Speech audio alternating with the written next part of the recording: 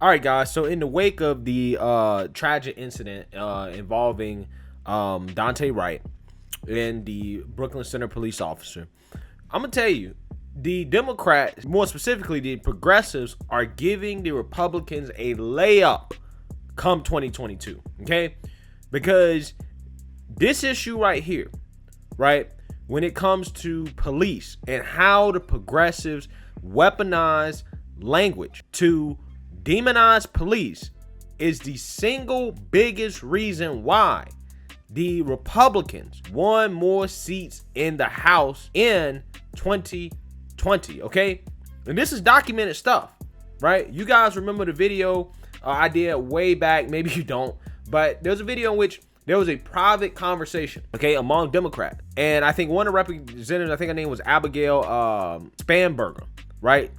And she specifically said, we need to stop using the word socialist, referring to AOC and the Democratic Socialist wing of the party.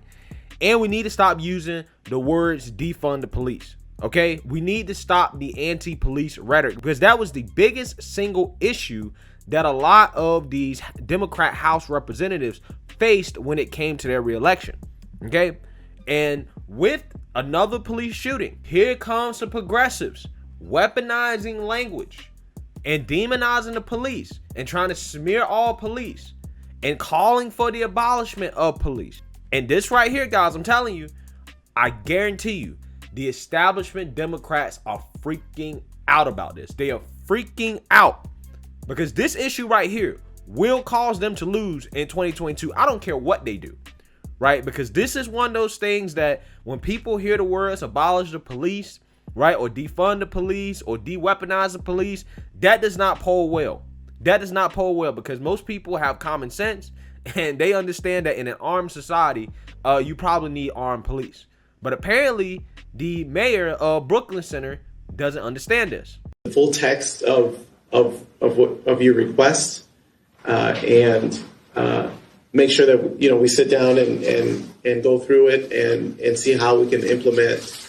I don't believe that officers need to necessarily have weapons, every time they're making a traffic stop or engaged in situations that don't necessarily call for weapons. We know that there are many other jurisdictions, or even around the world, where that is not, necessarily the case. It's not needed. And so I am very much interested in receiving. And guys, I made a video before he even said this. I was like, I just got a feeling that this guy is a weak leader. I just don't trust this guy's leadership. Okay? Because he seems to be the type of person that's not going to stand up to the mob and say what needs to be said and tell the truth about what actually happened in the situation. Okay? He's the type of guy that's going to give in to the progressive movement, that's going to give in to the woke revolution, that's going to give in to the racialization of every single issue, and he's going to do what they want, and ultimately at the end of the day, it's really going to hurt his own community, and it's going to make the Democrats look bad, right? It's going to make them look bad, and it's going to cause them to lose, okay? And, this is also on top of the other things that the progressive have came out and tweeted after this incident. For example, Rashida Tlaib saying that this was an accident. Policing in our country is inherently racist and intentionally racist. Dante Wright was met with aggression and violence, even though, again, Dante Wright basically started the aggression, but it is what it is. I am done with those who condone government-funded murder. No more policing, incarceration, and militarization. It can't be reformed. She's calling for defunding the police. She's calling for abolishing the police, right? There's no other way you can interpret that. Again, this right here is gonna be bad news for the Democrats. This is bad news for the Democrats. And then you got Cori Bush, right? Cori Bush tweeting things like, the 26-year-old veteran cop, former president of the police union, doesn't know the difference between a taser and a gun, and you say more training would have fixed this? Nah, but I bet she would have known the difference if Dante was a black boy or if he was her loved one. I mean, here we go. Here we go, guys. Here we go. Making everything about race, using that to justify making up and pushing false narratives Like, we didn't see on video that she said taser, taser, taser. Obviously, it was an accident. But see, they can't even acknowledge basic truths. They can't acknowledge basic truths because they have a narrative that they want to push, that everything's about racism. Obviously, she didn't mean to shoot the young man. And she resigned, and she probably was going to be fired anyways from the position, right? And she may face charges. But that's not enough for these people. That's not enough, right?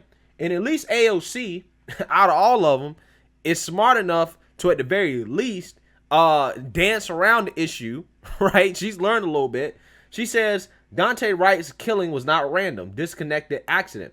It was the repeated outcome of an indefensible system that grants impunity for state violence, rewards it with endlessly growing budgets at the cost of community investment, and targets those who question that order. Again, sounds like defund the police. A fancy way of saying defund the police.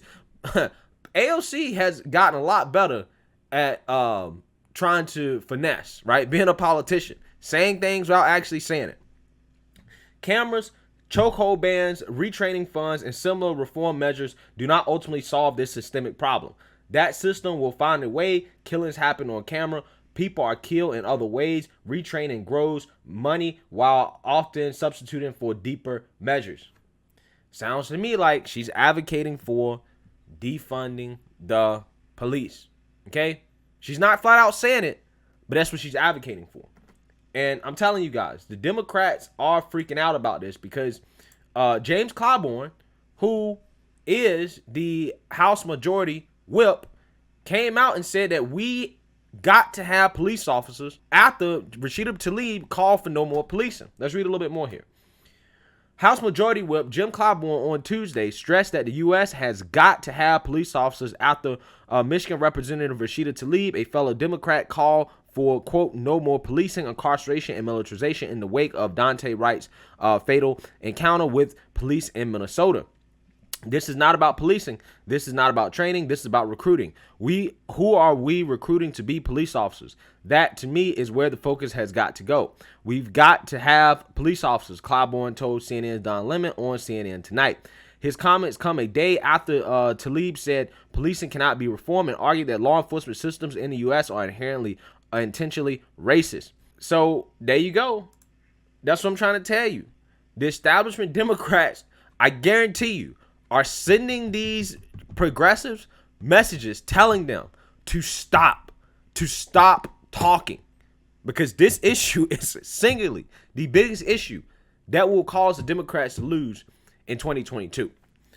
And guys, you know, I made quite a few videos on this topic, and you know, I'm basically going to be repeating myself, but I think it needs to be said because there's a lot of angles to this situation in which, you know, I just don't think people are hearing each other, because both sides are right to a certain extent on this issue.